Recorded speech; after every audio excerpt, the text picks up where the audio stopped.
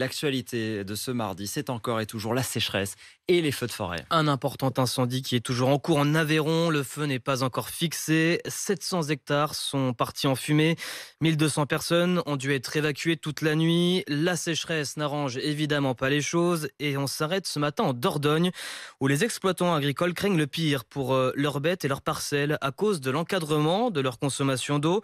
Ils vont d'ailleurs manifester tout à l'heure à Périgueux, les agriculteurs qui dénoncent des restrictions abusives qui entravent la pratique de leur métier.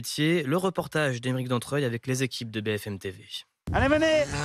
Allez! Au milieu de ses vaches laitières, Vincent Cascalès est inquiet. Depuis plus d'une semaine, il a interdiction totale d'arroser ses 30 hectares de maïs qui servent habituellement à nourrir ses bêtes. Je suis à 70-80% de perte. On a beaucoup moins de nourriture pour les bêtes. Elles souffrent. L'exploitant agricole ne comprend pas les restrictions. Il est même prêt à ne plus les respecter si la situation continue. Nous, il y a encore de l'eau dans la rivière, mais comme ils ont relevé les seuils, eh bien, on ne peut plus irriguer. Alors qu'il y a des années, on a eu irrigué qui avait beaucoup moins d'eau. Quand vous voyez du maïs comme ça, c'est désolant, quoi. À quelques kilomètres, Patrice Brachet est lui aussi dans la passe. Si on me prive d'eau, c'est la faillite. Point final. Pour lui, c'est toujours la même chose. Face à la sécheresse, ce sont les agriculteurs qui sont visés en premier. De toute façon, l'agriculteur, aujourd'hui, c'est la personne à abattre. On doit tourner à peu près à 80 heures par semaine. On est fatigué par la chaleur. On a nos animaux qui souffrent. On nous stigmatise toute la journée, mais on ne peut plus. Ces restrictions sont pourtant nécessaires, assure Johan Blondel, le sous-préfet de la Dordogne, et elles concernent aussi bien les agriculteurs que les particuliers. Ce qui est inédit, c'est l'avance que l'on a sur le calendrier habituel. On est avec un mois d'avance sur des situations de sécheresse.